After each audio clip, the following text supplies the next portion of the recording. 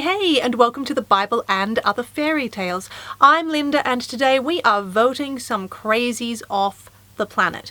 In particular, the religious organizations that claim that a belief in the scientific method is just another example of a God of the gaps argument, saying things like, a belief in science is the same as a belief in God, because if you believe that science can one day answer all of our questions, then that's a belief that science can fill in the gaps, which is exactly the same as the argument that God can fill in the gaps, which means the scientific method is actually a God of the gaps argument.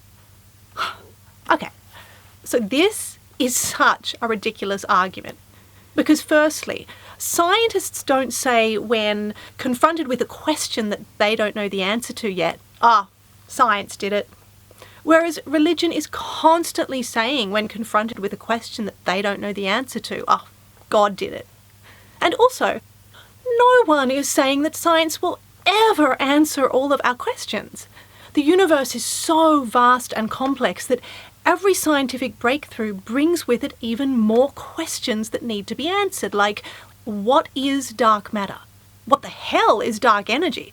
And just how crazy is Scientology going to get?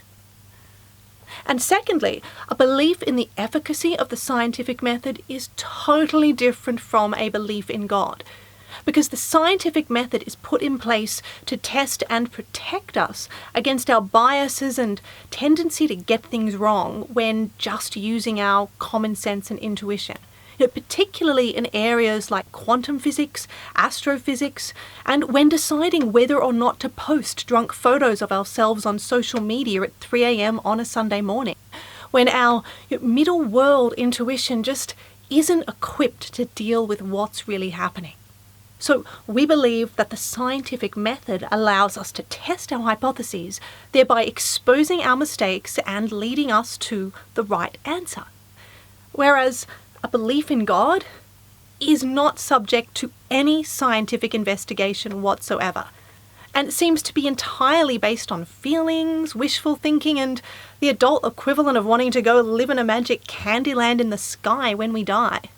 Which means, I'm sorry, but to all those religious organizations pathetically attempting to claim that a belief in the scientific method is an example of the God of the gaps argument, you are voted off the planet. But as I don't know where you'll be going after you're voted off the planet, I guess you'll just say that that gap in my knowledge proves that there's a God.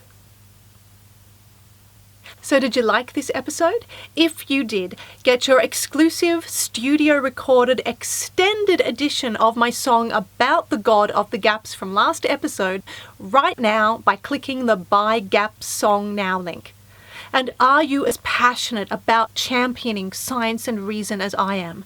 If you are, then please subscribe to this channel and share this episode everywhere with all of your friends, family, and everywhere on social media. And would you like to be the first to know when new episodes and songs are released so that you never miss a show? If so, then come on over and join us at thebibleandotherfairytales.com and sign up for email updates using the link below. Thank you so much for watching, and I'll see you next time on The Bible and Other Fairy Tales.